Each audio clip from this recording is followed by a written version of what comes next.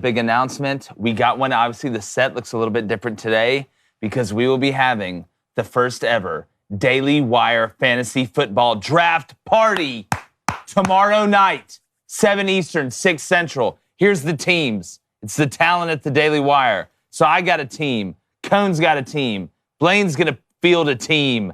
Matt Walsh has a team. Shapiro, Michael Knowles, Andrew Clavin, and John Bickley from Morning Wire. And I'll say this. Slate. I'm either going to end up dead or at the top of the standings in the end of this fantasy league. You want to talk about one Your brother died, Blake. Yeah, no, we've already picked for draft positions.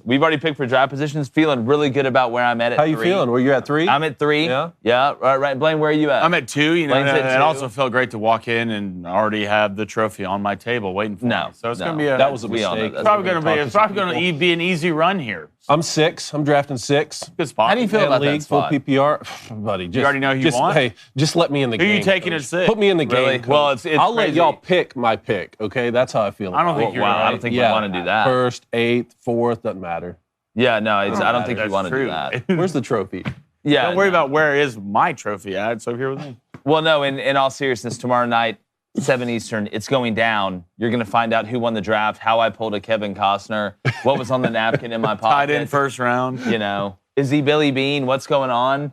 Right now, we just want good results. That's it. Booster Club draft last night. Pat Mahomes went 1st overall. Yeah. That is depressing, and I expected better. Yeah, I did too. I'm not Overall, going to lie. great draft. Though. I'm not going to lie. Booster Club's really bringing it. We will. Remember, you can just join the Booster Club. It's pretty easy. Go sub at our YouTube. Crane & Company. Hit that like button. Hit that subscribe button. Week 1 of college football is in the books. Big Game Boomer's going to join us. We're each going to give our top 5 most overrated teams after Week 1. And Benjamin Criddle solves the riddle of BYU and Baylor. I'm Jake Crane, and welcome to Crane & Company.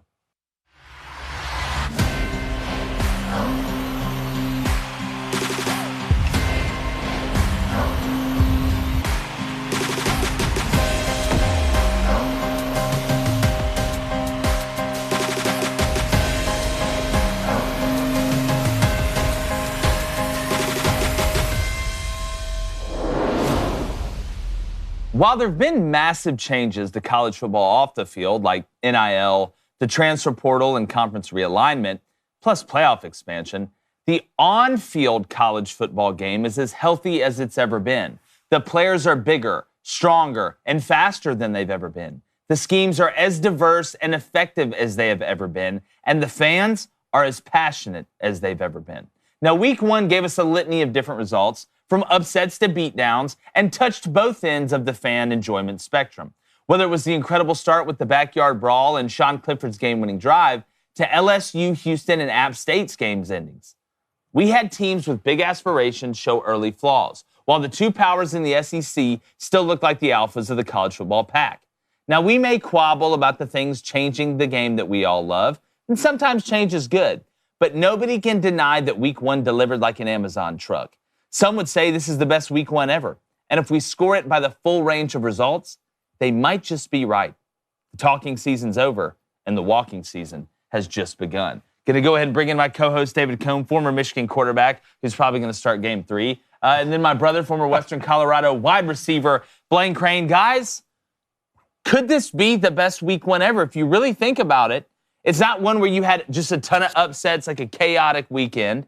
All right? It wasn't one where it was just chalk the whole way. You had a little bit of everything. And if that's how you scored a great weekend, not saying, well, this team won or this team lost, but just an aggregate, man, it was a hell of a start. Yeah, unless we're going by my picks, in which case I say no. Well, putting your selfish nature aside. Trust tree, Dave. The trust tree. Yeah. I can't tell you how excited I was Saturday. I mean, it's not this time of year. It's not just football. It's fall. It's the weather changing. It's it's the whole gamut there. But down slate, Jake, of the games too. I was sitting there watching Houston UTSA and North Carolina Appalachian State. I mean, with every fiber of my being invested in those games. Obviously, the big games delivered as well. Like we were talking about, I think Notre Dame really came to play, which was exciting. And while we talk about Alabama and Georgia having separated themselves from the rest of college football, it's still amazing to watch teams of that caliber play.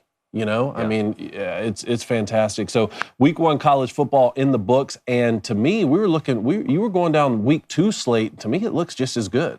Without a doubt, there's some great matchups, some sneaky matchups as well. You look at Mississippi State and Arizona. Yep. You look at Missouri. Who would have thought that a year ago? Oh, I know, Arizona. that's exactly right. That's exactly right. Jed Fish, at least after week 1, Delora coming in and kind of flipping the script there. They went out to San Diego State and put it on them. And looked pretty good offensively. Now, there were some letdowns, and we had our Sunday recap. If you haven't checked that out, or our show yesterday we did on Labor Day, which obviously we're going to do the show every Monday, where we keep reviewing, added the LSU-Florida State game to the mix. But we did have a game last night, guys. I want to go ahead and get the Booster Club's feet chopping, get ready to throw some questions before we bring Big Game Boomer in here and go over our 5 most overrated teams. Clemson and Georgia Tech last night. Thoughts on the periphery? Clemson, defense is as good as advertised. The way they run, the way they tackle, how physical and deep they are up front. I thought Clemson was able to roll guys in left and right and be able to make plays. Obviously, you lose Brent Venables and Tony Elliott. Defense didn't skip a beat. I'm going to go ahead and say this. DJU was not awful last night. I thought he was up and down.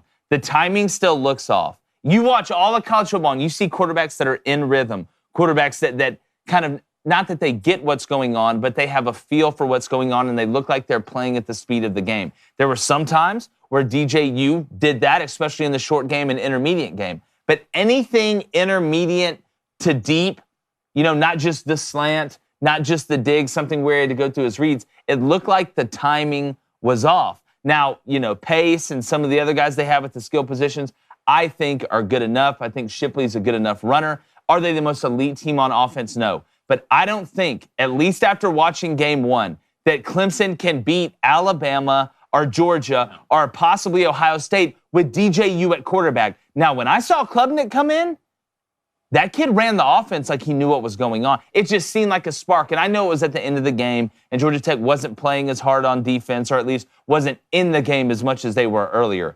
But the difference in speed of the game when Klubnik was on the field and watching him operate, at least from a reads and decision-making standpoint and being able to do things on the move, makes me believe that Cade Klubnik is the best option for Clemson. We've got to see more. DJ's going to get another chance here in week 2 and as it goes on. But I'm telling you guys, by week 4, Cade Klubnik's going to be the quarterback. You think so? I don't know if it's it's not a foregone conclusion, but it's getting close. You still had the turnover early by DJ, and if you watch, they were so simplistic on offense. Yeah. Clemson didn't run anything offensively, really, that you were like, wow, that's a great man beater you're going to see against Bama. I think they kept it vanilla. Not because they thought they were going to roll Georgia Tech, because it was 14-10 there for a while. But if that's the type of style, and DJU, while he has lost weight and he's a more shiftier runner, he is not nearly what Klubnik is, tucking the ball down and running it. I could tell you that after the first play.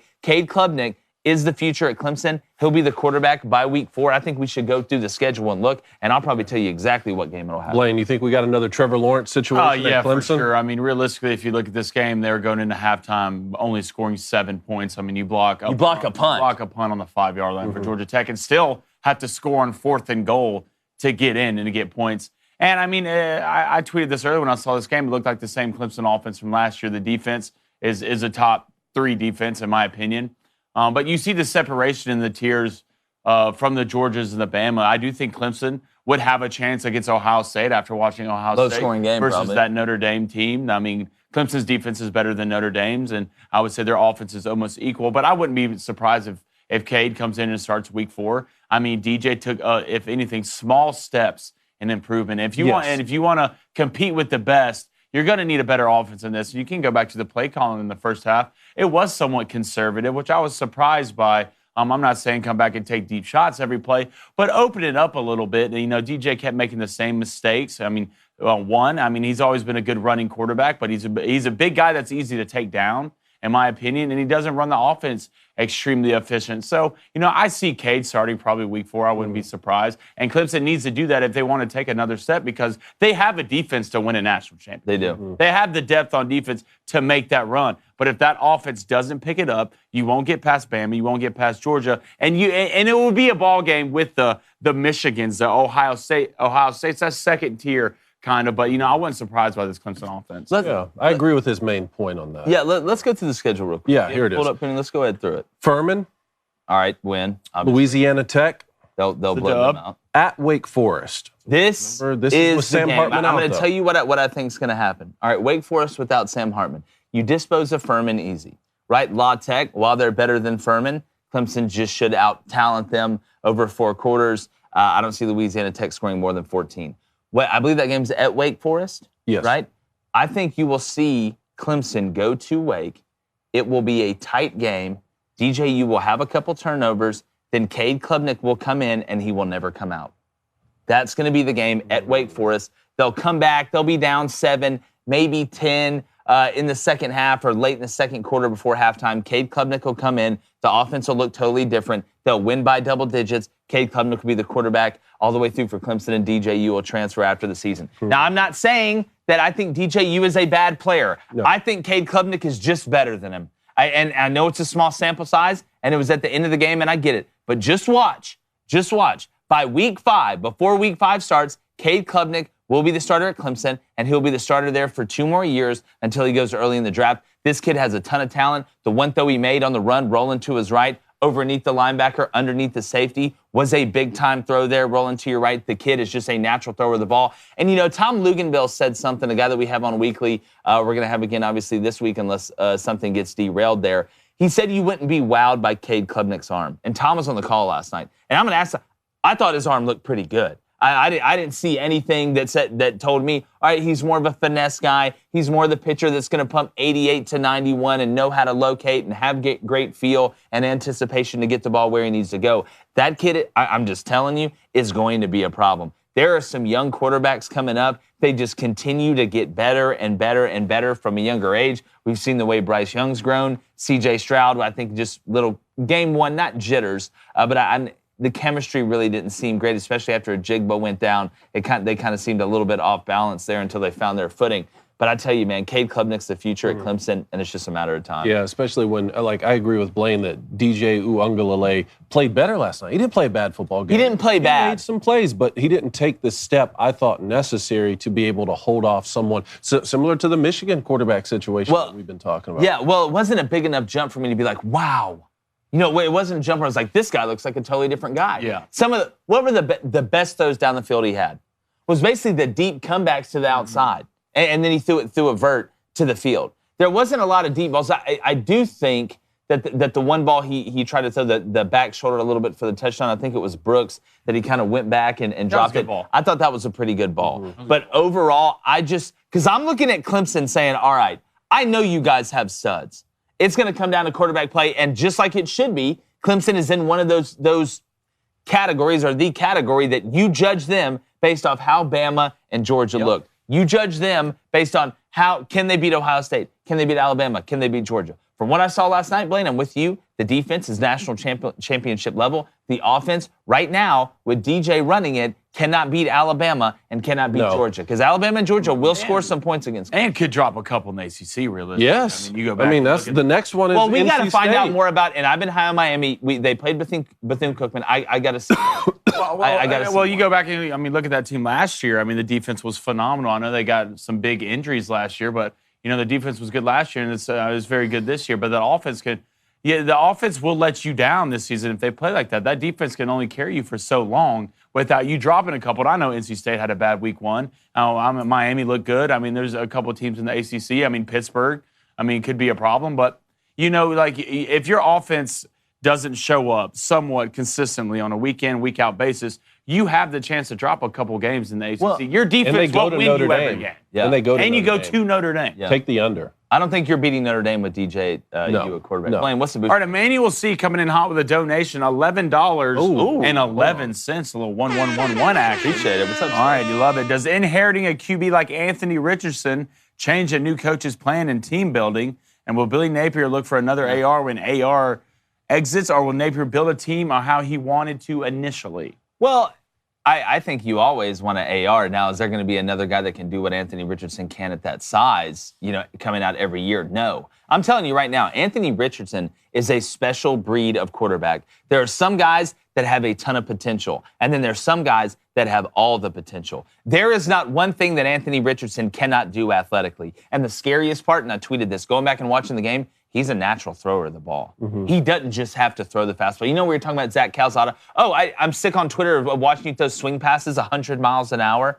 You watch Anthony Richardson, he actually has some finesse when he's throwing the ball, too. He understands how to take off speeds, and he can also throw the ball, it seems like, 150 yards. But what he is able to do, extending plays, making guys miss, being able to beat guys at angles on the edge when he takes off and run a guy over, people aren't just walking around that can do that. And I'm telling you right now, the more I see it, and I know it's one game, but Anthony Richardson is worth 4 or 5 wins. I'm just telling you, by himself. He took him back and won that game. He's already got one. Yeah. Billy Napier getting Anthony Richardson is like Gene Chizik getting Nick Marshall, Gus Malzahn getting Nick Marshall when he was the head coach of Auburn. Sometimes you are just blessed with a guy that has elite gifts. Now, I'd take AR-15 over Nick Marshall. I think he's pretty much the same runner, maybe a little bit, maybe has somewhat of a slower shuttle, but I would take Anthony Richardson over Nick Marshall. And I'm telling you guys, the more I watch this guy, he's draft eligible. He's the number 12 overall prospect. He's gone. Don't be shocked if this guy's not the number 1 pick. Yeah, he has that type of potential. And I love Bryce. I think Bryce is going to be great. I think C.J. Stroud's going to be great. But AR-15 is different than everybody in this draft at this quarterback position. From a potential standpoint, to me, Blaine, I love the Vince Young reference, but I'm watching. I think he's more of a natural thrower than Vince Young is. If he can keep putting it together and keep getting a little bit better each game, he's got the frame. He's got the ability. He knows what he's looking at. That was the question you had, Blaine, coming into this year. Can Anthony Richardson get through reads? Does he have to be the Tom Hanks in Da Vinci Code of reading things? No. He just has to be good enough. Cam Newton, he wasn't the smartest football player of all time, but he was good enough with that ability mentally for it to be able to work, get to a Super Bowl and be effective. I think Anthony Richardson has a chance to be the absolute complete and total package, and something you rarely see in this game. And if you're a Florida fan, you better enjoy him this year because he's gone. And as far as Billy finding another one, I don't know where you're going to look outside of the Avengers, and one guy already has that job, and his name's Nick Fury. Well, historically, I would say drafting just off athleticism at the quarterback position is not a great strategy, but then look what Justin Herbert's doing. I mean, he was not a great quarterback at Auburn, at Oregon, but he had all the intangibles. Lamar Jackson, people said he's just an athlete. He should play wide receiver. To me, though, David, and you played the position at the highest level in college, one of the biggest brand names that there is in college football at Michigan. It's one thing if a guy's out there just running around. Like Nick Marshall, for example. That's a great example. Nick Marshall was an unbelievable runner, was a good enough thrower. He'd make a couple throws a game, you'd be like, wow. But Nick Marshall wasn't going out there dissecting defenses based on what he was getting. A lot of it was reactionary. It's one thing to just be a reactionary athlete. Anthony Richardson in the pocket, stepped up in the pocket, delivered the ball. He threw a dig one time that just looked different. Like it's like watching O'Neal Cruz hit a line drive for the Pirates. Sometimes it just looks different. Sometimes people are just different. And Florida, they've had a bunch of freaks in the past. We've seen, that quarterback room with Tebow and Cam Newton and all these guys. Anthony Richardson is as talented as any quarterback I've ever seen play in college football. Well, that's interesting. I think Aaron Murray was saying this weekend that he thinks Anthony Richardson spins it better than Cam Newton. I don't think that's a crazy thing to say. It's tighter. The ball's tighter. Cam was a little bit, if you look, Anthony Richardson looks a lot more natural throwing the ball and setting his shoulders. Cam kind of had that rock back, when he kind of had that up to out throw a little bit. It wasn't just as pure and natural and over the top. Anthony Richardson looks like he's playing shortstop when he's throwing. The ball gets out quick, it gets out crisp, and it's absolutely flying. It's almost whistling like a vortex. Yeah, I think I'm going to need to see more. I'm going to need to see more. But at the end of the kid threw for 160 passing yards versus Utah. He went out there just lighting it up in the air. The ceiling is super high, but I still need to see more for a team that says that, hey, you're not going to run the ball on us. All right, we're going to heat you up a little bit, and we're going to make you beat us with your arm. All right, once I see that, and the kid can do it. The kid has unlimited potential, but it's 1 week. You played a Utah defense that I didn't really like the strategy that they came with. Letting you letting you not even be accounted for in zones, go in the pocket, not even put a spy on them. I mean, the kid probably has the best chance to win the Heisman. He has the wow factor, the it factor, but I still need to see more before we just throw everything away. We say he's a better thrower than Cam Newton and all this other stuff. Well, it's week one. We're not throwing anything away, but you can look based off potential. Cam Newton at Auburn in 2010 against Arkansas State threw for 186 yards. At Mississippi State, threw for 136 yards. Against Clemson, threw for 203. South Carolina, threw for 158. Louisiana Monroe, 245. Kentucky, 210. Arkansas, 140. LSU, 86 yards. I'm telling you, right, Georgia, 148. Now, he was running for $120, $130 in those games, but Anthony Richardson played that game a lot like Cam Newton. And what did he do at the end when they had to have it? He kept the ball and he ran it. I'm just telling you, I'm not trying to put the cart before the horse.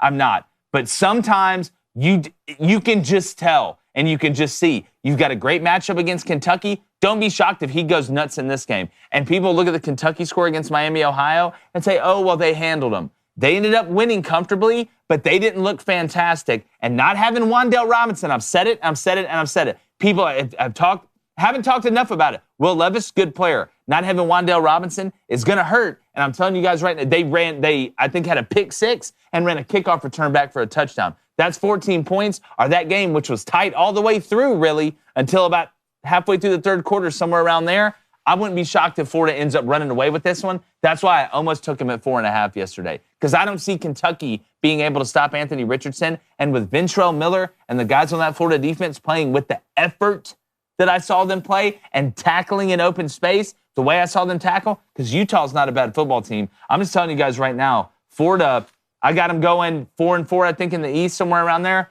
Anthony Richardson is an absolute freak show. He just is. All right, Lincoln Mets with a $4.99 donation. Appreciate it, brother. Hit that side. We got the soundboard back. Yes, sir. All right, he says, will Georgia's running back be the reason they won't beat Bama this year? Okay. Running back room. Yeah. People will look at, and I understand, they will look. Some people look at the box score and say, oh, well, Georgia's leading rusher only had 50 yards or something like that. It would be one thing if we saw that same style of Georgia offense last year in a game where they were physically dominant. Of line up, let's just stay in 12 personnel. Let's run some gap scheme at them, some power, some counter. The most innovative will be is the jet sweep. We'll throw a bubble screen or a now screen. No. That Georgia offense is now running through Stetson Bennett. You are getting a different flavor than you got last year. It's similar kind of to what we thought we would have gotten last year with JT Daniels at quarterback, a guy you felt like they trusted more, a guy who got off-season reps, because people forget Stetson didn't get off-season reps last year. But we expect that offense to be more open, right? Maybe see some more 10 personnel. Maybe see some tempo, getting the ball out wide, changing the splits, being more innovative, making the Saban shift like he did instead of playing just good defense, run game, special teams, don't screw it up. So we have to maybe start going fast on offense, and it's attractive and innovative, and this is how we get these big-time receivers here. And it's worked for Alabama. What I saw from Georgia should scare the hell out of everybody in the country. They are more balanced than last year. I would much rather, and I said this yesterday, I would much rather have to play a team that is elite on one side of the ball and the other side of the ball is okay. I'm talking super elite, like that Georgia defense last year compared to the offense. I would rather face that team than face a team like Georgia this year that is elite on defense and elite on offense. Now they can kill you both ways. All of a sudden, the defense, there may be one game, 2 games where it's not working, somebody goes down, or somebody else is making big plays on the other side, and the offense can go score 45. Last year, Todd Monken wasn't calling the plays like that to be able to do that. They didn't trust Stetson Bennett like that. And Stetson's got nothing to lose. You're already the hero. You're already the hero. You could lose every game. From here on out, Stetson Bennett is still a hero at Georgia. Now, they won't, because of the freaks they have on that roster, but Georgia looks as balanced as ever. They look as talented as ever. Arik Gilbert's going to figure it out. It's a matter of time. Was the run game stellar? No, but the pass game was working. Oregon made Stetson Bennett beat them. Oregon said Stetson Bennett is going to have to beat us. And you know what? He did. He dog-walked you, whether it was running what they were calling, whether it was improvising like we saw on the touchdown to McConkey. But I'm telling you guys right now, Georgia and Alabama are as balanced as I've ever seen them, both in the same year. And that should scare Ohio State. That should scare Notre Dame. It should scare Clemson. It should scare everybody in the country. That's why Clemson is not beating them and winning a national championship with DJU at quarterback. They're just not going to do it. Because Alabama's that good. They had a 50-yard rusher and Stetson threw for 225. I mean, he threw for 360 yards. Yeah. And even when Georgia does have a stable of excellent backs, they still always spread the ball around in the running game anyway. So I just don't think that that's going to be a hindrance to them as they move forward in the SEC East season. No, look, I think I can't remember. I don't know if I had them losing Kentucky on the road. I think so. Or yeah. Tennessee on the road. They're not. Yeah. I don't see Georgia losing a game until the SEC championship. And right now, I mean, if it was me and I got kidnapped and someone put a gun to my head and I had to pick between Georgia and Bama, I would pick Georgia. I mean, second at this point, yeah, I'd pick Georgia. I mean, and I go back and look at the Oregon game. The way Todd Monken called that game, that man was on point on every play call. He had Oregon defenders having no idea where that ball was going. The jet sweeps, the play action, the boot, the deep, the screens, the run game. And, I mean, Sequavius Bennett looks like an entire different guy. Yeah, he did. And again, back to the rushing stats, because sometimes things can get lost in translation on the ground. So, Kendall Milton, 8 rushes, 50 yards, and a touchdown. That's over 5 yards a carry. Like, it's not like it was 12 rushes for 50 yards and you're getting 2.5, 3 yards a carry. Yeah. Edwards, 4 for 24. McIntosh, 5 for 18 and a touchdown. Ladd McConkey on jet sweeps, getting him involved, 2 for 16 and a touchdown. Stetson Bennett, 2 for only 8 yards, but a touchdown. They're running the ball effectively with different guys in different ways. Yes. And that is so much more dangerous than what Georgia had last year. But the problem for Georgia is they beat Alabama last year, and Alabama is just as balanced and just as talented. I had Alabama beating Ohio State in the national championship game. It is going to be very hard-pressed. Now, if Ohio State goes undefeated, I think and wins the Big Ten championship, they'll be number 2. And if Georgia loses to Bama, they'll be number 3. But we are running into right now, because I think Cade Klubnik will end up being the quarterback at Clemson. And if he does, like my prediction had, I think Clemson's in the playoff. We are setting up for an Alabama versus Clemson round 1. Georgia versus Ohio State round 1. I'm just telling you. Way too early for that. After what I saw with Clemson last night and Ohio, it's way too early for that. Who else right now? No. Just after week 1. And look, it's Overreaction Tuesday. Okay, I get it. But that is who I picked for the playoff, and I'm sticking to it. What, Utah's not going to be in it. USC, I watched them up front. I know it was Rice. Okay, they're good, but I don't think they're good enough up front. Well, I'll tell you, I don't think Clemson. I'll tell you, I don't see Clemson with what I saw last night going into Notre Dame and winning. And I'm telling you right now, if you don't think Michigan can go into Ohio and win that game after what you saw from Ohio this past weekend, then I mean, it's way too early to be talking about. Well, again, Michigan's got to pick a quarterback, and they got to beat Michigan State. Forget Ohio State. Well, I watched Michigan. Who did Michigan State play? Western Michigan. Michigan State. I wasn't impressed with. I didn't think Peyton Thorne had a good. Well, they lost to him last year and still made the playoff. I wasn't impressed with them at all. But I feel like Michigan and Ohio State right now, that's a pick 'em. Right? I know it's at Ohio State, but that's a pick 'em. But I do think Clemson is basically the same team from last year with a little better defense. They can drop games for sure. And the teams they play, NC State, Devin Leary can have a day. Pittsburgh's not a walk in the park either. We'll know a lot more about Miami's not a walk in the park either. So if anything, I mean, you can go out to the Big 12. Let's go look at the Big 12. I mean, Oklahoma looked pretty darn good in the first game, and we're going to see Texas versus Bama. But I feel like Oklahoma could run that slate realistically. I mean, you look at Oklahoma State. Not good. The defense was atrocious. But right now, it's two teams, and I mean, I got told not to deal in absolutes, never do that. But I promise you, absolutely, Bama will be in the national championship game. And there's that top tier, and there's that tier of 5 to 6 teams in that second year that can fight for that 3rd or 4th spot. But I do think you might see a dark horse kind of rise up late in there. All right, so let's go to who do I want right here? Let's go Devin21, #AskCrandonCo. Do you think Washington can pull off some upsets this season? They look good on Saturday, even though it was against Kent State. Look, I know they're playing the Golden Flashes. I got Washington going 7-2 in the Pac-12. I thought Penix looked good. I thought they looked organized. I'm telling you, Coach DeBoer coming over from Fresno State, he runs a tight ship.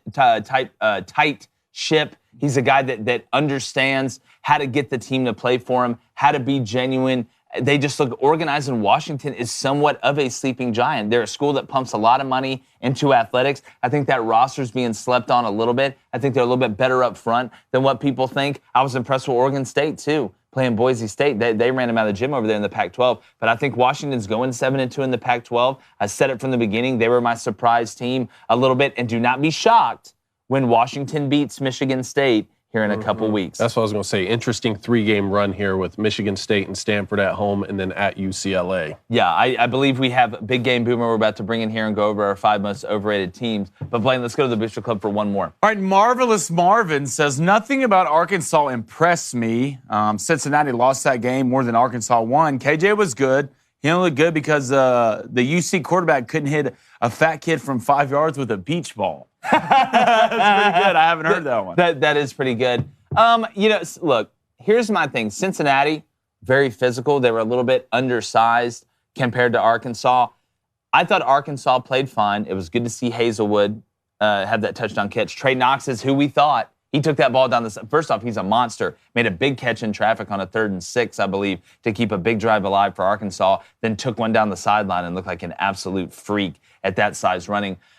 I still feel really good about Arkansas, but they have got to take care of KJ Jefferson. You could even tell yesterday, or this weekend, he was grabbing at that leg a little bit. Looked very similar to last year, where it's okay to be Superman. All right, you are Superman, but Superman does have to protect himself at times. And there are times where you have to take it over and win the game for your team. You got to be Clark Kent, too. You do have to be Clark Kent at the same time. I like the way you put that. Arkansas is fine. The interior defensive line, I thought they got pushed around a little bit early. I know they shut Cincinnati out in the first half, but Cincinnati was able to get some things in the middle, and Ben Bryant was missing open guys. We can go ahead and say it. But you lose Catalan in that game. I know he's going to be back. I thought Arkansas looked good.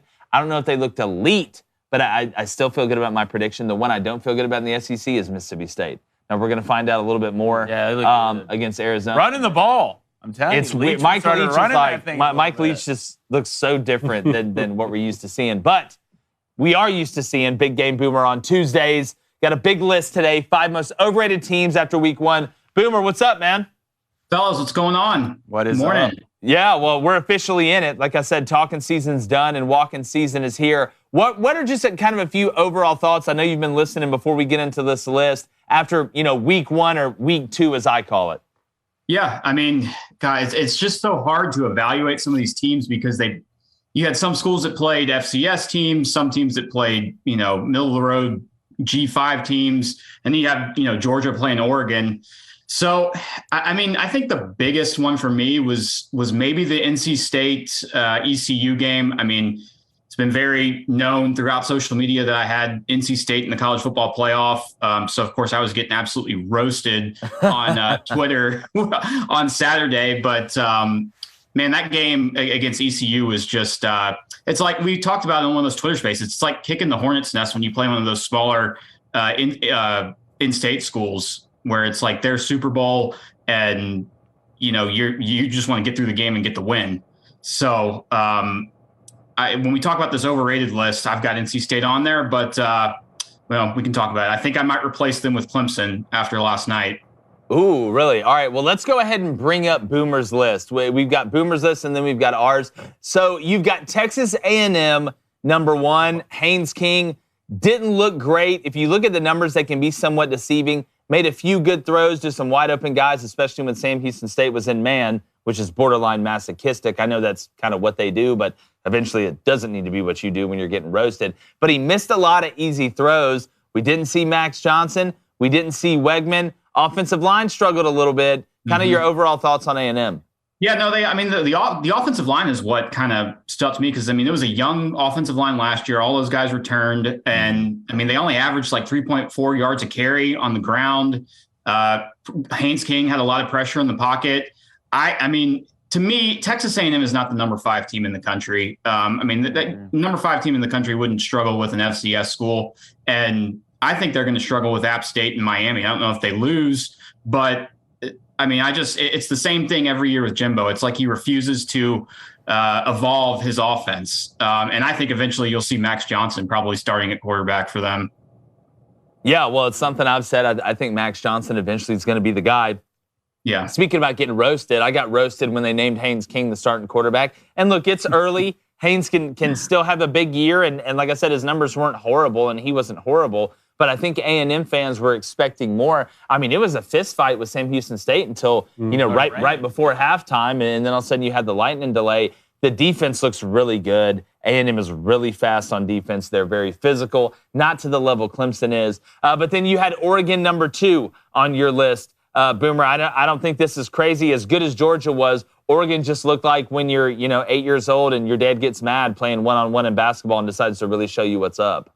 Yeah, it was man against boys in that game. And it was just, golly. Georgia just, maybe they're that good and they would do that to anybody but Bama. But I was just expecting a little bit more competition from Oregon. Bo Nix looked like a deer in the headlights against that Georgia defense. Now he's 0-4 against them. Yeah. I wouldn't be surprised if Ty Thompson is the starter going forward eventually. I just think I don't think they wanted to bring Thompson into that situation against that defense and make them and just kind of really scare him off basically. But yeah, I think Oregon, the preseason ranking was a little too high.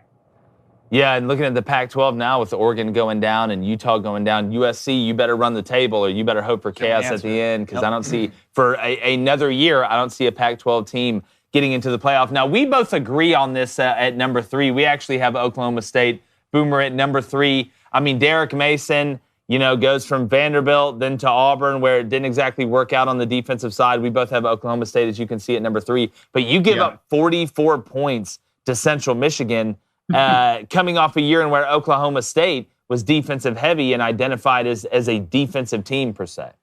Yeah, they had the 5th best total yard defense against total yards per game last year. So, we saw, Ohio State's defense looked tremendously improved against Notre Dame. But yeah, they struggled. Guys were just blowing assignments in the secondary. 546 yards allowed against Central Michigan. Yep. They really missed Malcolm Rodriguez at linebacker. You could definitely see that. I'm sure Gundy would probably say the same thing. With the Big 12, you're going to see a lot more improved offenses this year. And the defense just, to me, looked out of sync.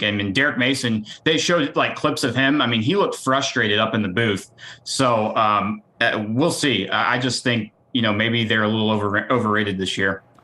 Yeah, again, you have to lean on that defense, and Derek Mason, I bet he was frustrated. It was not a good day for old Auburn defensive coordinators with what happened with him, and then Gene Chizik at North Carolina. They were leaking like a sieve. And then Boomer, let's bring Boomer's list back up here, and then we'll hit ours in the periphery. At number 4, you've got NC State. At number 5, Iowa. Like you said, Boomer, you're high on NC State. I haven't been as high on them because, I had to see the offensive line. You can't score against, and look, I know East Carolina's got good players, but they're not nearly what you're going to see compared to what NC State fans and what a lot of people in the media, and NC State, they won the game. Sometimes you got to survive those. I get it. But boom, they don't look up front like they have the cats to be able to compete the way that we thought. And Devin Leary was just okay. Yeah, he only had 200 yards, 200 passing yards, and you could tell he really missed Emeka Emezi from last year, their star receiver. Mm-hmm. So, yeah, and those goal line situations where they got just absolutely stuffed on a 4th and 1, where the ECU just stopped them. Man, it was tough. But like I said, it's the in-state rivalry deal. They've lost the last 2 out of 3 games going to Greenville, so. I'm giving them the benefit of the doubt. I have to put them on this list because I feel like it would be too homer of me to leave them off. But, they got to step it up, got to improve for sure. And then Iowa, if you guys watch, that was maybe the most entertaining 7-3 game I think I've ever watched. Spent way too much time watching that game just because just the punting. The offense is just terrible. And I know some people in the college football industry, we're picking them to win the Big Ten West. And maybe they can with that defense, but I don't know. I don't see it with that bad of an offense. You scored 7 points and didn't score a touchdown. What's wrong with you guys? What are y'all doing? Insane. It's absolutely nuts. It's the first time I think that's happened since, since football was invented. Somewhat sort of impressive. It almost is. And you still won the game, but look, Brian Ferentz, at some point, I know you're the coach. Did you win, though? Did you win? Did you really win? Did you win? Now you play Iowa State, The over-under is 41.5. Take the under. How do I not take Iowa State plus 3.5? Is Iowa going to score over 3? I mean, what if the game line for the over-under had come out at 10.5? Like, we would have all laughed, right? And then that's what it ended up bidding. It had gotten bet down to 9.5. Depending on the odds, I probably would have took the under. All right. Let's go ahead and throw our list up here. Booster Club, get ready to ask some questions. So our list, number 1, we had Oregon. Just because, and we have the AP top 25 is what we went off of. So we have the ranking right next to them. So we got Oregon at number 11. Again, we get it. Georgia, absolutely fantastic, unbelievably deep. But you guys got treated like children that weren't behaving at Universal Studios. You're taking a timeout, maybe get a spanking, and then we're going back up to the room and you're going to think about it. No, it's one of those situations where you just feel like you get to scrimmage to JV for a day. Yeah. And just to do whatever you want. It's so easy. You're just trying things. It got to the point with that Georgia-Oregon game in the second half where Todd Monken was just trying things. Just to get some on tape? Just to get it on tape and see if it works. That's how big the levels of skill gap was in that game. It's not even close. How you ranked 11th? Yeah, and then number 2, NC State. We've already talked on them. I've got to see more. I mean, you've got Charleston Southern next week, so it's not looking like we're gonna know a ton after that one. Week 3, let's see who they got right here as I scroll down. You got Texas Tech at home. All right, now I know the Tyler Shough kid got hurt. He's going to miss 2 games, including this one. But the backup came in, and they didn't miss a beat. They went right down the field. I was actually really impressed by Texas Tech's offensive performance. Then Oklahoma State, number 3. You can't be a defensive team and get absolutely Chippewaed by the Chippewas in the fourth quarter. Then Louisville. While they weren't ranked in the AP Top 25, they were getting votes, and a lot of people were saying, watch out for this team. Watch out for this team in the ACC. And we watched out.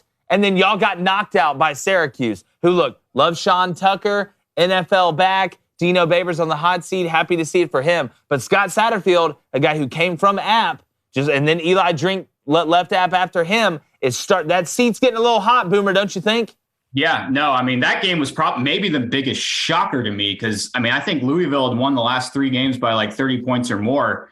And I thought that Louisville would cover. I think they're a 4-point favorite. And just to go into the Carrier Dome and just get absolutely, blown out, it was shocking. I mean, I don't know. If I'm Scott Satterfield, I'm a little concerned right now about my job security. Yeah. Yeah, the seat warmer's on in the car. That seat's getting hot.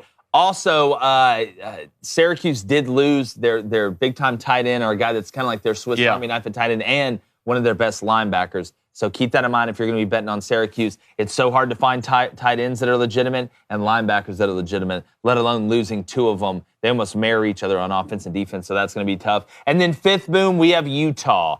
Not that we think Utah's a bad team. I said I thought they were going to lose. You don't just go down to the swamp and walk away with the win.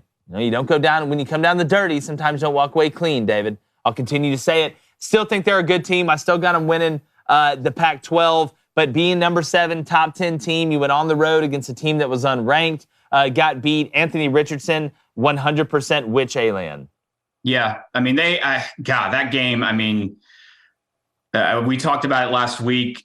I mean, went right down to the wire. I don't know why they were throwing the ball right down by the goal line at the end of the game, but gosh, why does the Pac-12, it seems like, do this, where they schedule these games, first games of the week against an SEC school? It's most of the time on the road. And it's like week 1, we're already talking about the Pac-12 being out of the college football playoff because Florida, we've all kind of said they're kind of a middle of the road SEC school. So I don't know. It was frustrating for me to see because Utah should have won that game, in my opinion. They just blew it on that goal line play. Well, it always feels like the Pac-12 has to prove something, right? They have to. They're out west. Well, the Pac-12 is this easy schedule, easy conference. Always some teams that have to come down here and feel like proving something. And what they prove is that you just come down here and get beat by middle-of-the-run teams in the SEC, even if you're ranked 7th. Mm-hmm. Well, it just means more. Do you see the crowd at the UCLA game? I mean, there was like 12 people there. Like, there are dozens of us. Dozens. It just means less. It's just the truth. And that over time, that's what happens. Players want to go play where people want to watch them and they're the most excited about watching them do their craft. And right now, that's not in the Pac-12. That's why everybody's hoping Lincoln Riley can keep all these West Coast kids that have been leaving to go play at the Bamas, at the Georgias, at the Floridas, at the LSUs. I mean, hell, even going to Texas and keeping them home so they can compete at the level where they want to compete at. Because right now, it's not just the civilian population that's leaving California, it's the athletes as well. Well, the Utah pick certainly drove the most discussion for us yesterday when we were making this list, just because I feel like in many respects, Florida was underrated, more so than Utah being overrated. At the same time, nationally ranked 7. I had them 4, again, on the road versus an unranked team. Everybody had it pretty much as a coin flip. That's what we thought it'd be. Get out of there with a 1-point victory, and that is a win. You go back to Utah, and you'd be happy with that. But unfortunately, you lost the game, so I don't know how you keep them off the list. No, there's a big difference between saying NC State's overrated the way they played and then the way Utah played. All overrated teams aren't created equal. And I don't even almost like using the word, but like you said, there's no way you can't put them on the list. Yeah. Go ahead, Boomer. Well, I was just, saying, let's say Utah, let's say they win out here. They go 11-1, and Florida ends up going 7-5. Do you put in, and let's say Georgia goes undefeated and loses to Bama in the SEC championship. Who's the committee going to put in? Georgia 11-1 or Utah 11-1? They're going to put Georgia in there. Yeah. Georgia. You'll have 2 SEC. You'll have a Big Ten, and then you just have to hope at that point, if you're Utah, that Clemson stumbles in the ACC or somebody doesn't come up in the ACC, and then you don't have a Oklahoma Baylor or Notre Dame. That's exactly right, because that Notre Dame loss, losing at Ohio State, with what Ohio State's probably going to do, is a whole hell of a lot better loss than going to Florida and losing, just in the grand scheme of things, like Boom's saying. But Blaine, Booster Club, real quick. All right, Kedrick Washington wants to know, #Ask Boomer, what will the rest of the season look like for the LSU Tigers? Whew. Well, man, that game on Sunday night was quite the game. I mean, that was it was an ugly game. I don't think either team was that good. I mean, I don't know. I picked LSU to finish 6th. I thought this would be a kind of a transition year for them. It definitely seems like it will be. The offensive line was atrocious. The secondary, I think, is still an issue. I mean, I don't see this LSU team. I mean, I thought they would be better than Auburn or Ole Miss, and I don't know now. It doesn't look good for them. Yeah, they were just unorganized to me. That's what surprised me. You made mistakes that you can control. That's what I was looking for. But LSU fan base, I wouldn't panic again. It's like fixing an economy. This wasn't going to happen in a day. That locker room isn't going to be where it needs to be for 2 years. And it's now with the transfer portal, the cycles went from you got to give them 3 years or 3 cycles to 2, in my opinion. Give Brian Kelly time; they'll be fine. The year's still young. What else, Blaine? All right, we got a question here, Boomer. Who do you have on upset alert this weekend? Yeah, I did that. God, I got to make that list. I mean, let's see. I mean, I'd say Kentucky. Well, Kentucky's. It's funny. You've got some of these SEC schools that are going on the road and they're playing ranked teams, but they're unranked right now. So, God, I mean, the Tennessee Pitt. What's the line on the BYU Baylor game? BYU minus 3.5 right now. BYU's the favorite? Yeah. Well, I mean, you got Kentucky, who's ranked, going on the road to Florida, who's unranked, and they're almost a 5-point dog right now. Tennessee's minus 6.5, I believe, against Pittsburgh. I mean, there's some really good matchups in week 2. I mean, just looking at it. Then you got Houston going to Texas Tech. Houston's ranked 24th, but they're a 3-point dog. Like I said, all right, Florida's a 4.5-point favorite at home right now. You do have USC going on the road to Stanford. That's -9. I wasn't exactly shot in the ass with the way that Stanford played. They were beating Colgate by a touchdown and then, kind of took off there at the end. But go ahead. I got one for you. What about Wake Forest going on the road to play Vandy? Look, this could get it. It's going to be hard for me not to take the over in this game. Now, Mike Wright, with his ability, his running ability, I mean, Vanderbilt's, you gave up 31 to Elon. We know you went over there and beat Hawaii, but Hawaii is basically the little Giants. We saw what a very average Western Kentucky team did to them. I don't even think Rick Moranis or Icebox could save them right now with Timmy Chang. You're going to Michigan and you're Hawaii. You're a 51-point dog. A 51-point dog? That's a lot, David. What about App State? Yeah, App State. App State. What's that line right now? I mean, A&M's the number 1 most overrated team on your list. I mean, they play against the App State team. So just dropped 40 in the 4th. I think it's 8.5. God, that under at 55. I mean, App State. What the line is? 16.5. They're not going to do to Texas A&M what they did to North Carolina. Mm-hmm. It's not even going to be close. Like I really like the under. If that gets up to 57.5, I may go ahead and take the under. Blade, one more for Boomer. All right, let me get in here. Get in here. Like swimwear. All right, Travis Elrod, #AskBoomers. Houston, the best group of 5 team in the NCAA. Man, that UTSA Houston game was one of the better games on Saturday. Incredible. Yeah, it was. Yeah, that was awesome. Great atmosphere and everything. I got to go with BYU. They really impressed me against. I know it's South Florida, but I mean they just looked physical, and I thought they were dominant across the board. And the Christopher Brooks, their running back, I was worried about them losing Tyler Algier, but Brooks seemed to look pretty good. Had over 100 yards rushing, so I like BYU. If they can knock off Baylor, BYU's got the toughest schedule maybe in college football. If they can go undefeated, I don't see how you leave them out of the college football playoff. Can't do it. You look at the teams that they play. Yeah, so. For sure. And they got a little flavor from every conference. I mean, you've got SEC. It's kind of a little bit everywhere. Big 12.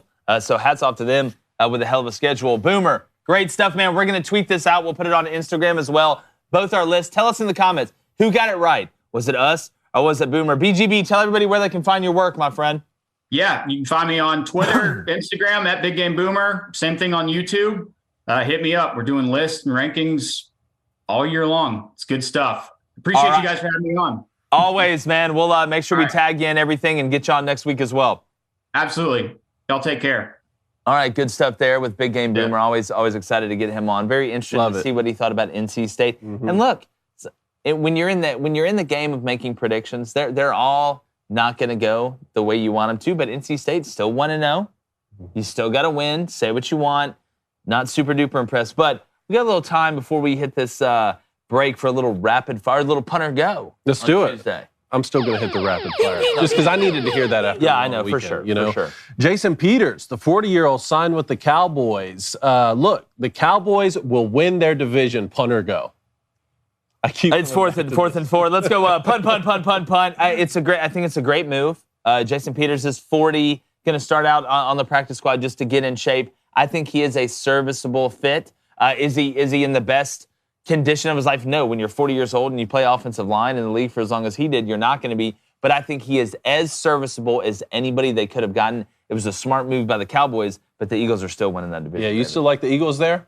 No, I'm Cowboys. You are the Cowboys. Yeah, Blaine win this division. I still don't believe in Jalen Hurts enough. I mean, I feel like the Eagles are doing right things, drafted well. They're going to have good players. But I don't believe in Jalen Hurts in the end of the day, using his arm through the air to go win you a game that matters. I'll put it in Dak Prescott. I mean, I know the offensive line is getting old, but still, I think the Dallas has too many weapons. CeeDee Lamb's got to get healthy, though. He's got to get healthy. He's got to somewhat stay healthy this year. I don't know if he's for sure he's going to be able to start week 1. Can I say this again? The Vikings will go further in the playoffs than the Cowboys will. Keep saying it. I'm going to keep saying it. I like it. All right. Let's stay on the NFL here. The Jets say Zach Wilson's injury may not be as bad as they once thought. Zach Wilson will start for the Jets week 1. Punt or go? I'm going to punt. On this. You're not winning anything this year if you're the Jets. He just had the arthroscopic knee surgery. They said he was moving around good, but there is no reason to force him to go in there and play if he is not as close to 100% or healed up as possible. Let Joe Flacco, let the old head go in there, score about 14, 17 points. Y'all lose by 10, look respectable. It's not worth ruining Zach Wilson over some false hope that the Jets are actually going to do this thing this year. Y'all aren't taking off, pun intended, for at least a couple years, so there's no reason to rush Zach Wilson, and it gives him more time to check out the moms in New York.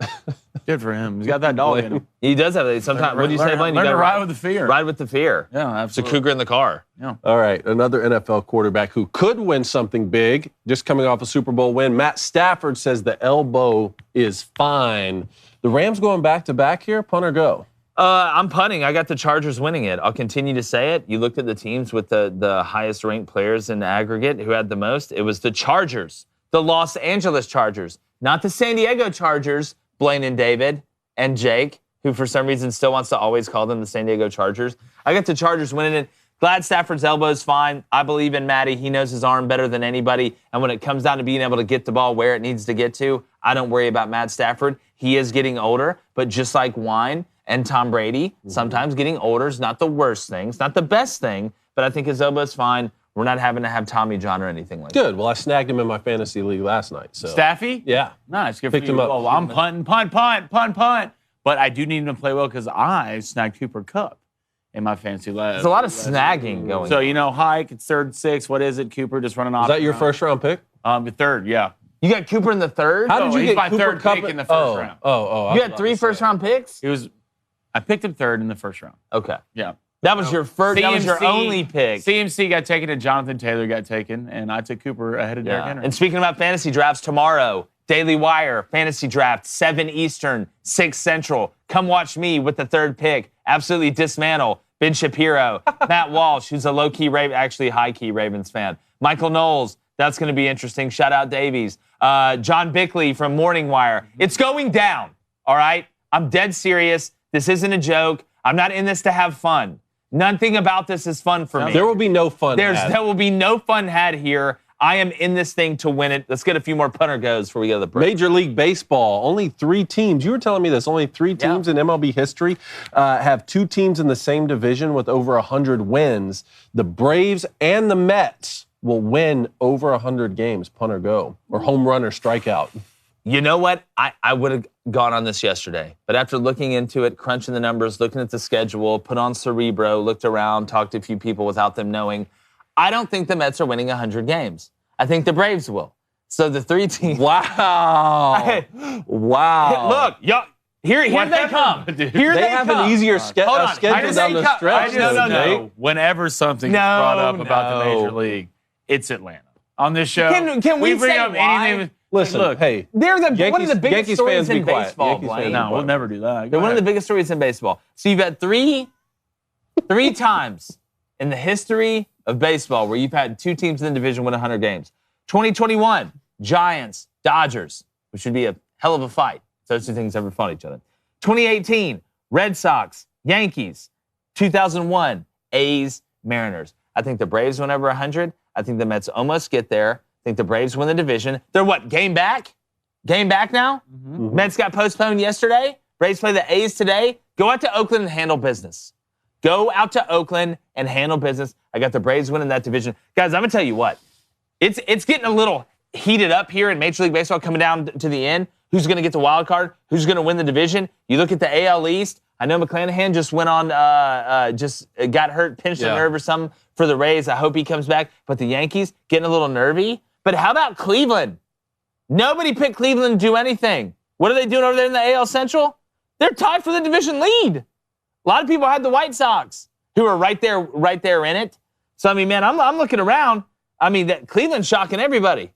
Well, one day you'll have to tell me how you talk to people without them knowing, because that is impressive. I've done it with you for the past 10 minutes. Yeah. I've actually been talking to you with my mouth, but in another level, me and you have had a conversation. It's been great. That's 3D chess. I hated to hear what happened to your dog when you were 7. That's 3D chess. Wow, you talk about Cerebro. He's in here mind reading, Blaine. Look, my Braves allegiance runs deep, man, but the Mets have an easier schedule down the stretch here. What do you say? NL East. I don't think both of you get to 100, but for sure one of you will. If anything, I would lean the Braves. I would lean the Braves. I feel like that their bullpen's deeper. And the Braves, the thing about the Braves, man, like the farther the season gets along, the hotter they get. Right? Keep saying and I'm a huge guy. What's his name? Sticker. Tyler. Von Grissom? No, third baseman. Austin Riley. Austin Riley. Riley. Look, one of my favorite players in baseball. Like, it's awesome to watch Judge hit 1,000 tanks. But I just like the way Austin Riley gets in the box and swings the log. If you don't know. You could just tell Austin Riley was that chubby 11-year-old that was just absolutely smashing the ball. Like when and then hit his growth spurt. Yeah. It always happens. It's like they used to say in baseball, fat kids can hit. Like they can. It's a real thing. I've never heard that. Well, it's a real thing. Yeah, thank you for telling me about that. I promise you it's a real thing. Last one. Alabama's $1 million band will not be making the trip to Austin, Texas, because there were only a few seats available. Nick Saban will put up an extra 14 points just to spite this situation. Punt or go. Go. Why, 21 points. Why would you do anything to upset them? They did this against LSU, right? They did it against LSU, and I just don't like doing anything that is going to make Alabama and the rest of the Globonauts that much more pissed off. Yeah. Like, I don't understand it. It's like poking the bear.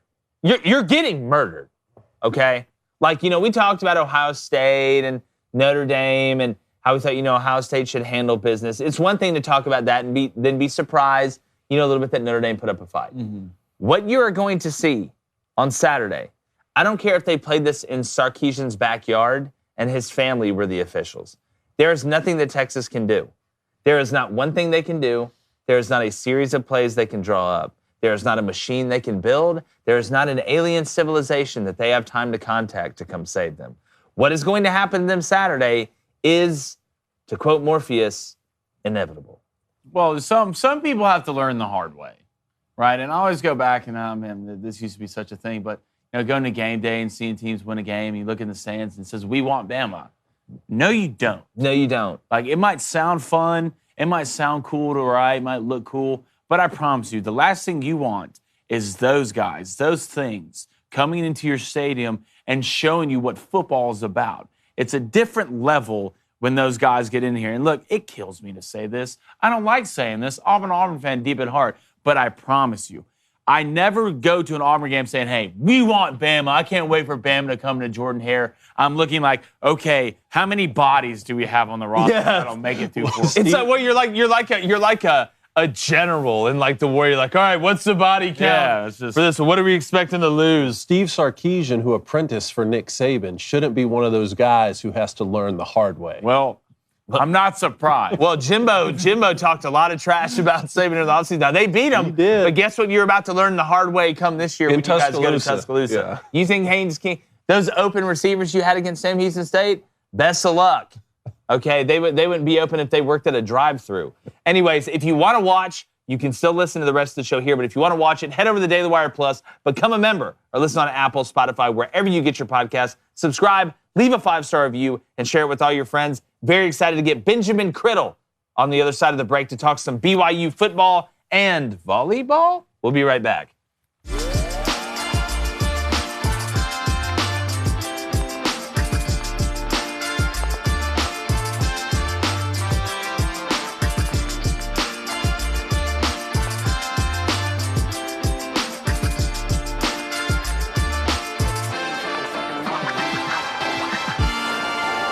All right, very excited to bring in our good friend from ESPN 960, Benjamin Criddle. Ben, what's up, man? Hey, what's happening, fellas? Thanks for having me this morning. Definitely appreciate you getting up with us, getting ready for a big week, too. Want to start off with this BYU-Baylor game, but before we get there, your overall thoughts, week one going to South Florida, who upgraded that roster. Jeff Scott, what he did down there, getting Bo Hannon, not the same team that we saw a couple years ago really struggle, and then last year really, really struggle, even though they had some times where it looked like they were figuring it out. Just your overall thoughts on the Cougars. Jaron Hall looked good. Brooks looked good. Puka Nacua, who's got an unbelievable name, went off as well. How does this BYU team look? Man, I think, well, baseline, who you playing against, right? Whenever you're in competition, you got to figure out just how good that opposition is. And I do think, as you mentioned, USF was a much improved team. A lot of returning talent. That offensive line had more starts returning than BYU's. Take that for what it's worth, but pretty good up front offensively, and then defensively they had a significant influx in P5 talent. Maybe not starting P5 talent, but backup talent. I was impressed with the roster in general. I think USF, with the skills that they have, the quarterback that they have, the trench talent that they have, I think that's a bowl eligible team this year, taking into account also how close they were in probably 3 specific games, kind of mid-schedule last year, where you're essentially, 1-score games that you took L's in. So USF to me is a bowl eligible team this season. We'll see how it plays out, but so I thought it was a convincing one. I thought it was a really great way to start off the season. Very rarely do you see first play from scrimmage, from your offense go the distance and score a touchdown. Puka Nacua is a difference maker. You mentioned his name. He's a dynamic person. dynamic player. And it was showcased in the first quarter. Unfortunately, he had a little ankle roll on another jet/fly sweep. And so he's, I guess, somewhat questionable right now. But the coaching staff did state, Kalani stated that he could have played in that game. You know how ankle rolls are. Sometimes bite through those, get them taped up, maybe shoot a little lidocaine in there and keep on going. But so we'll see how that kind of shakes out, because he's probably the biggest playmaker on the offense, and that's why they were giving him so much touches early, so many touches. So, but I thought it was a good win. I thought it was a convincing win. They did what they were supposed to. The defense scored, you can attribute 8-9 points to the defense on top of what the offense put up versus USF. So I thought the game plan was good. I thought, the yards per play, you look at 5.2 yards per play from a defensive standpoint that you gave up. Last year, if you put that number out there across all of FBS, if you limit any opposing offense to 5.2 yards per play, that would put them at like 80th or 90th in the country, which is from the offensive side of that kind of coin. So I was impressed. I thought it was a really good victory, and hopefully BYU can piggyback off of that off of that dub and show up to Lavelle Edwards Stadium and put on a good show for their fan base. Without a doubt. I mean, you score 38 points in the first half. You're up 38-7, drop the 28 piece in the first quarter, makes you feel good. Jaron Hall, pretty efficient, 25 of 32, went for 260, 2 touchdowns, did have the 1 turnover. But if you go back and look, there's a couple different things going on within that play. When you look at Baylor, you get them at home, and I know BYU's schedule, I mean, it's tougher than me doing the science part on the ACT, and let's just say that didn't go great. Thank goodness I did well on the other ones, or I probably wouldn't even be sitting here. But Benjamin, when you look at this Baylor game, give me one factor that you think is the biggest key for BYU to be able to win this game, outside of kidnapping Dave Aranda before the game and hiding him out. Yeah, I just want to kind of foundationally state how much I respect that entire coaching staff at Baylor. Aranda, a bit of a stoic, very calculated, very intelligent, very just analytical in his approach. And I love Jeff Grimes. Huge fan of Jeff Grimes. You talk about, having good clay and good core competencies to work with through your recruiting and the talent that you bring into a program or whatever is existing with your program. But to me, culture is everything. It really is. And he creates a culture of violence and physicality up front that changes the game, right? I always say that across all levels of football, tackle football, right? It's cliche to say, but won and lost in the trenches. But when you have a great offensive line and a great culture, the tip of the spear, as they call it, you can win a ton of football games. So I think it starts with that culture that's been set for them at Baylor, and that's what's difficult to combat, right? Can you match that physicality up front from a defensive side of the football?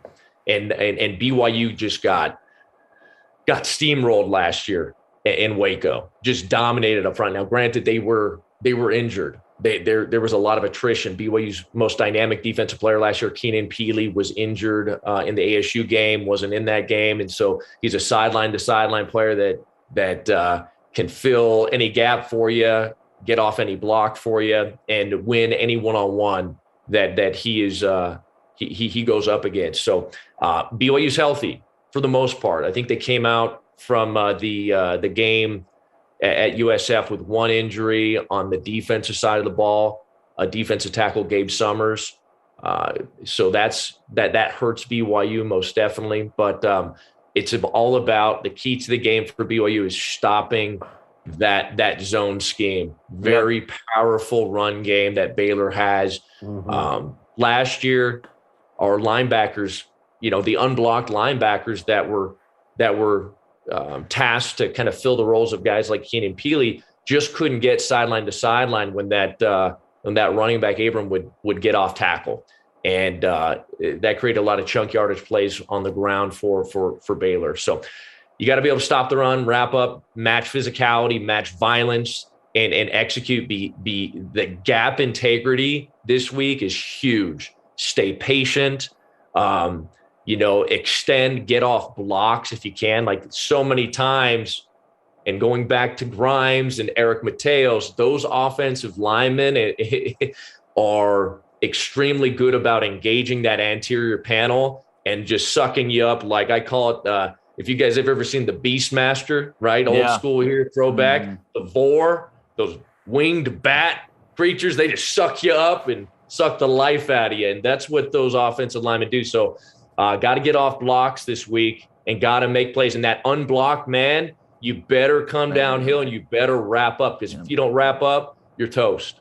Yeah. Well, they had 7 at Baylor. I know it was against Albany, but they had 7 rushing touchdowns week 1, so the formula hadn't changed. They're always tough. And Benjamin, I'm looking down this BYU schedule here. I mean, it's undoubtedly one of the toughest in the country. I mean, you're going to go to Oregon, Notre Dame, Liberty, Stanford, and then you host Baylor, Arkansas. I mean, some of your easier games are East Carolina, who just played NC State down to the wire, and then at Liberty, led by Hugh Freeze. If BYU runs this schedule unscathed, they're making the college football playoff, period. My question to you is, which of these teams are going to give BYU the most problems this season?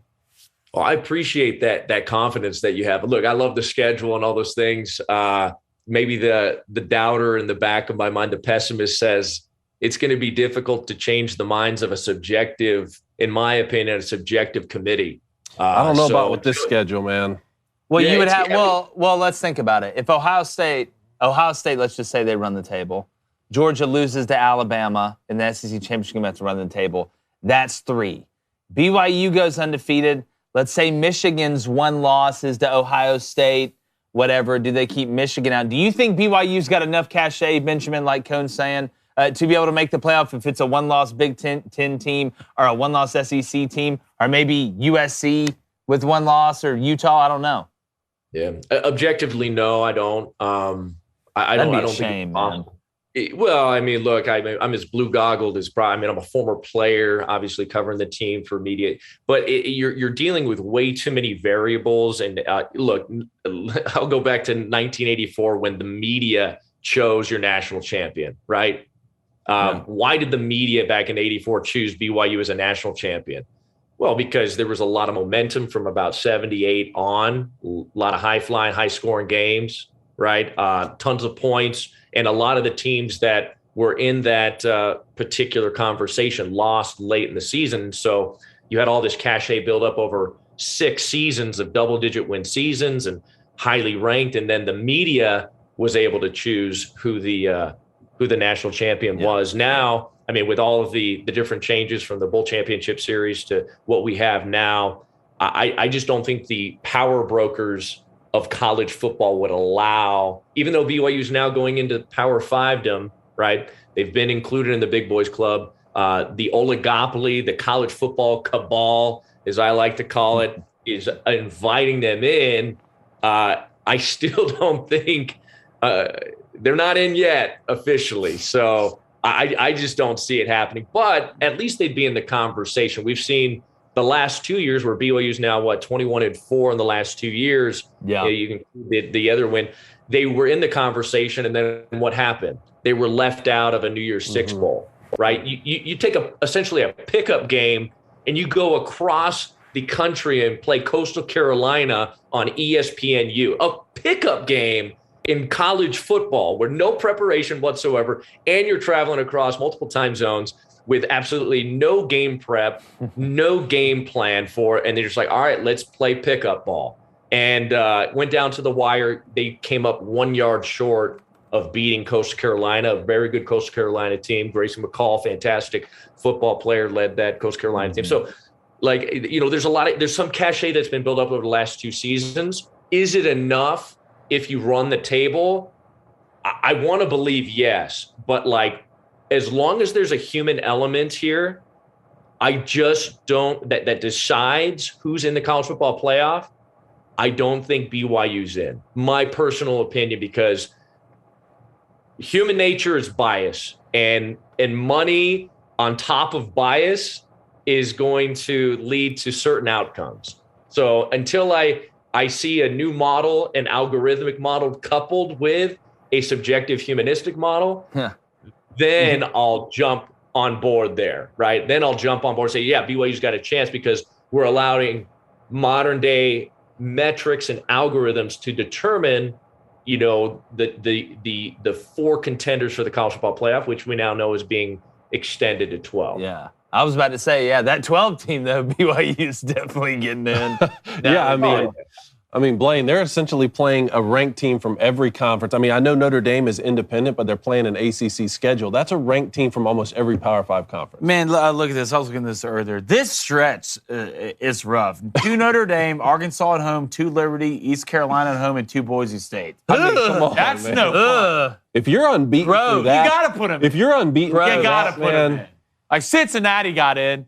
But you're telling me these kids can't get in after playing that? The I told you so segment of the college football playoff committee or the media will say, did Cincinnati actually match up well? Right? Did they deserve to be in? Maybe, but they got destroyed. Yeah, right? Bama ran day 1 fall camp plays for 4 quarters. I remember BYU played Notre Dame in 2012, and it was a 3-point victory for Notre Dame. BYU had plenty of chances to win, and then Notre Dame gets into the college football, the national championship game and just gets destroyed. Right?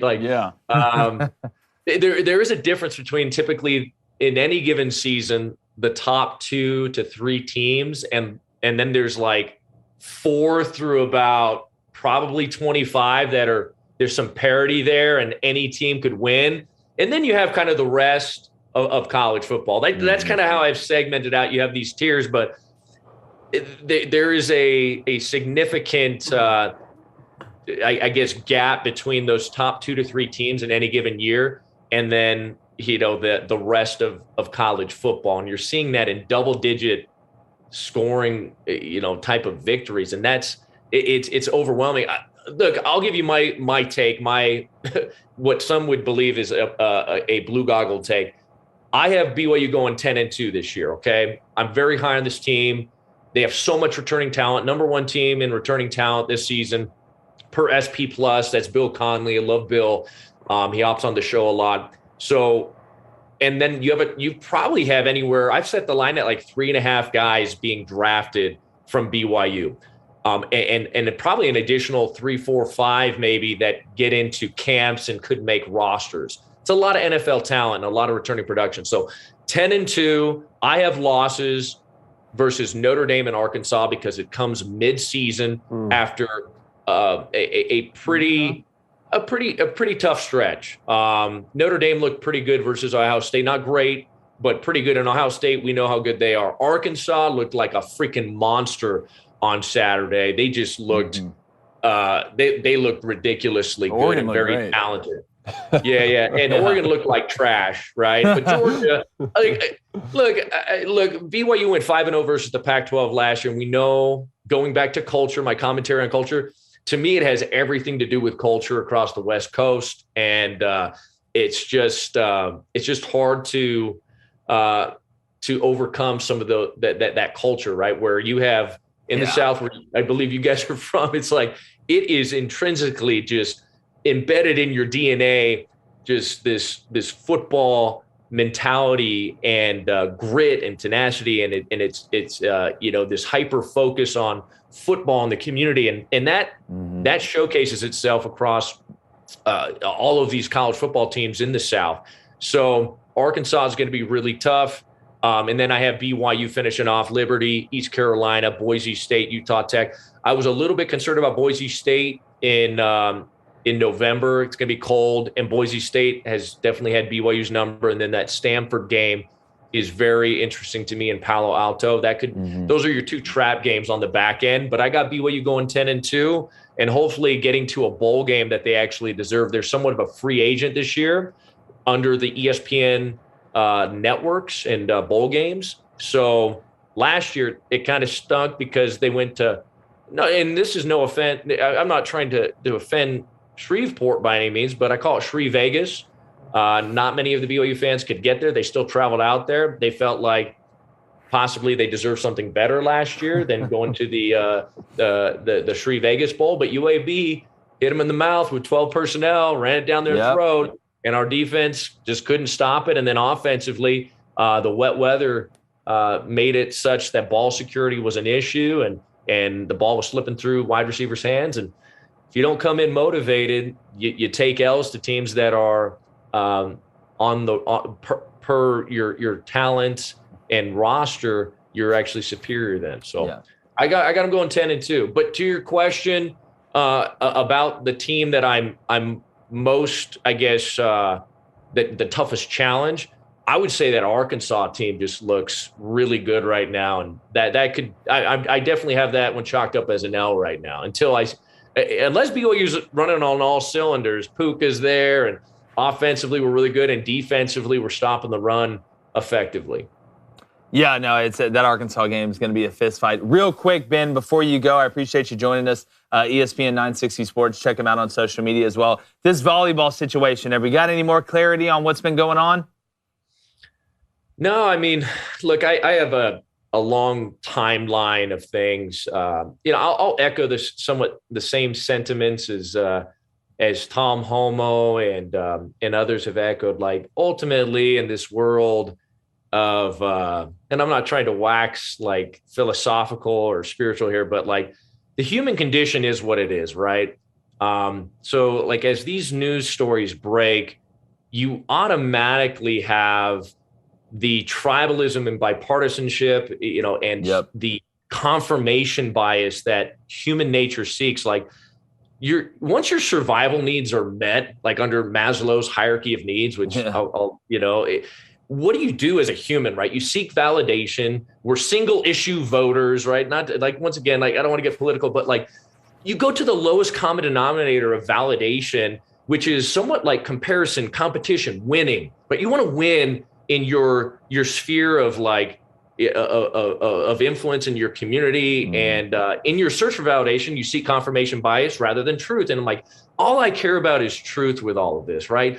Rather than to be right, rather than to protect BYU or like the team that I played for and like the religious affiliation that I'm a part of, like, and all I care about is truth. And so tribalism and bipartisanship, that to me, that's a bunch of fecal matter, man. Like, who gives a rat's? Like, get it out of here. So when I ask the question, is the general population, is the media seeking the truth of the matter in this particular case, or are they seeking confirmation bias based off of preconceived notions about who BYU and the Latter-day Saint Church is, right? That's a valid question.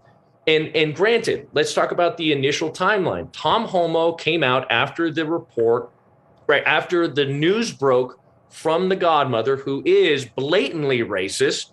Okay, we're talking about all these racists out here at BYU and within the LDS community. I'm like, the only racist that it has been proven by her own tweets is the godmother, who has probably in some way, shape, or form inculcated into the mind of a young woman who is very talented and smart and has all of the opportunities in the world to be successful, right? Inculcated into this mind that maybe all white people are racist and that everyone's against you, and including in preparation for BYU, that maybe BYU is racist, right? Just to throw out some theories there, who has since also, that godmother has since blocked all individuals from reading tweets. I'll read a few of her tweets, and this is the one who's running for office, the godmother.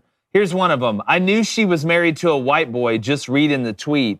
If you're white, you totally wouldn't understand. Would expect nothing less from a pale white chick. Sit down, Becky. You poor white MF can't take it. White women and men always disappoint. Who's the racist, David? Who's the racist? Can you imagine if that was on the other foot? Yeah. They'd have blasted that person, shot him in the sun. To me, I think there's a lot to unravel. I'm with you. I'm about just finding out the truth. That we'll keep checking in on the story, but it seems like there's a lot of coincidences that are going on. But Benjamin, we really appreciate you joining us, man, and tell everybody where they can find your work. Yeah, just you can follow me at Criddle Benjamin on Twitter if you want any. I mean, it's all pure BYU content, college football content. And then check me out at ESPN960sports.com as well. Definitely. I appreciate you getting up with us this morning, my friend. Hey, appreciate you guys. Thanks for having me, and have a great rest of your show. You as well. Blaine, Booster Club, before we get to bets real quick. Emmanuel C. # Ask Crane & Company. Which SEC quarterback had the better week one performance? Bryce Young versus Utah State, or Anthony Richardson versus Utah, or Hendon Hooker versus Ball State? How about Stetson? Throw Stetson in there too. Man. Yeah, I thought Hendon was good. I think Tennessee played it very close to the vest, and they should. I mean, Ball State is an absolute trash can right now, losing what they lost with Plitt and just the way it's going over there. You said the other two. Bryce did everything that he could, in my opinion. He did everything that he was asked of. I think it's kind of tough when you compare somebody that played Utah State.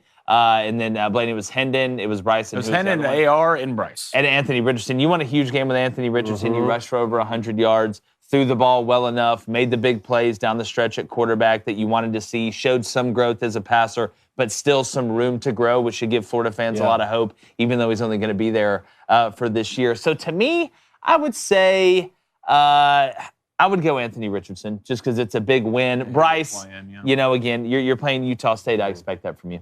All right, Travis Elrod, # Ask Crane & Company. If you take the filling out of an Oreo, is it still an Oreo or is it just 2 cookies? It's not an Oreo. It's not an Oreo anymore. I mean, that's what the makes Oreo is the Oreo. all about the filling. Yeah. It's a great question, though. I'm glad we could get past that. God, on a Tuesday, I love it. Definitely. All right, Travis Elrod, # Ask Crane. Same Travis Elrod, back-to-back questions. Well, I'm asking people who are asking questions, so. Travis Elrod, # Ask Crane & Co. Does the weekend decrease the Pac-12 chances of survival as a conference? Survival? No, I think they were slipping anyway. Again, but we said the same thing about the Big 12 last year, and they were able to turn it around. You lose Washington, you lose Oregon, or Arizona and Arizona State. I think it's a matter of time. I don't think the Pac-12, really now the Pac-10, shut out Emmanuel C. survives.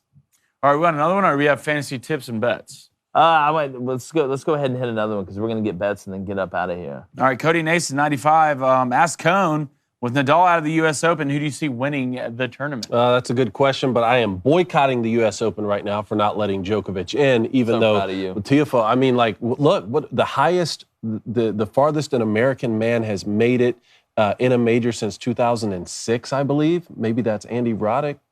No, it was like Andy Roddick's years, I think. So anyway, sad Nadal's out, but you know what? It would have been an asterisk anyway. Is John Isner American? Isn't Isner? Yeah, but he hasn't won a major. No, it's major. not. So maybe it was just the U.S. Open and not all majors, I think. But either way, obviously I'm always going to pull for Nadal, but there would have been another asterisk there, just like with the Australian Open without Djokovic present. So sad to see. All right, Randy Wise, does the Pac-12 suck because they're more worried about pronouns rather than scoring touchdowns? It's not wrong. I think that the Pac-12, when we say suck, I wouldn't say suck. They're not nearly the best. You have some teams and they've got some athletes. I think they just don't care as much. I think, again, it's not a lifestyle like it is in the South and in the Northeast at a lot of places in the Big Ten. A lot of people from California, and there's places that love their football now. I talked to Frosty Rucker that said, where I was from, like, we loved, the people who loved it like y'all did from the South. There just wasn't as many of us. I mean, out there, it's just a different lifestyle and mindset. You've got more pro sports. They're slanting more pro sports out there. People want to go surf rather than get up and watch game day. I think you just have people that care about it more down here, and that over time leads to what you have now. It's, again, like Benjamin said, I mean, he's telling you he's from out there in Utah and telling you he knows deep down here in the South and in places in the Northeast and around other parts of the country, football is king, and it will stay king. But speaking of king. We have 2 minutes. 2-0 yesterday. Who cares, though? Doesn't matter. Appreciate Clemson winning by more than 20 points and also the under 52.5. Got a little nervy there when it was 14-10 about the 20.5 hitting for Clemson. But Will Shipley and the boys came through for the kid. Today, double baseball because there's no football. Ooh, puke, gross. Let's get through it. Give me White Sox, Mariners, Nerfy, minus 145, Cone. And then give me the Padres, Diamondbacks, Nerfy, also minus 145. It's double Nerfy today, boys. I have Rays money line minus 165, and I have one of those same Nerfies, which is the White Sox and the Mariners at minus 145. Love where you're All right, going to 2 Nerfies baseball bets. Who cares? Not me. Marlins versus the Phillies, Nerfy minus 156.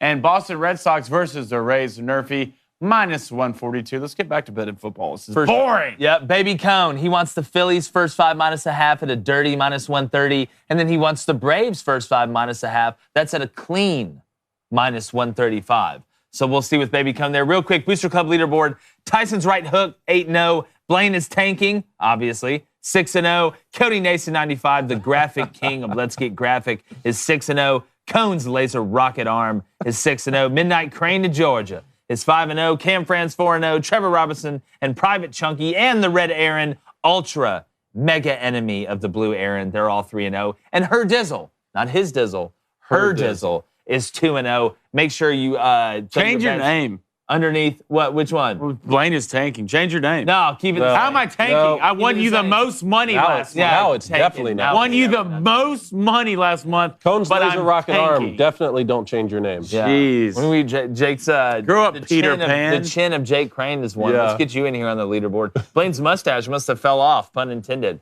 Make sure you hit he tweeted this morning. Okay, you must have. No, I'm talking about the leaderboard. Make sure you hit that like button, hit that subscribe button. Follow us on TikTok, Instagram, all that stuff. Find us on Twitter as well. We got a big fantasy draft. Come watch me take down both these guys, Ben Shapiro, Matt Walsh, Knowles, the whole group, tomorrow at 7 Eastern, 6 Central. Appreciate you guys. And like the chances of the Mets and Braves winning 100 games, we're going.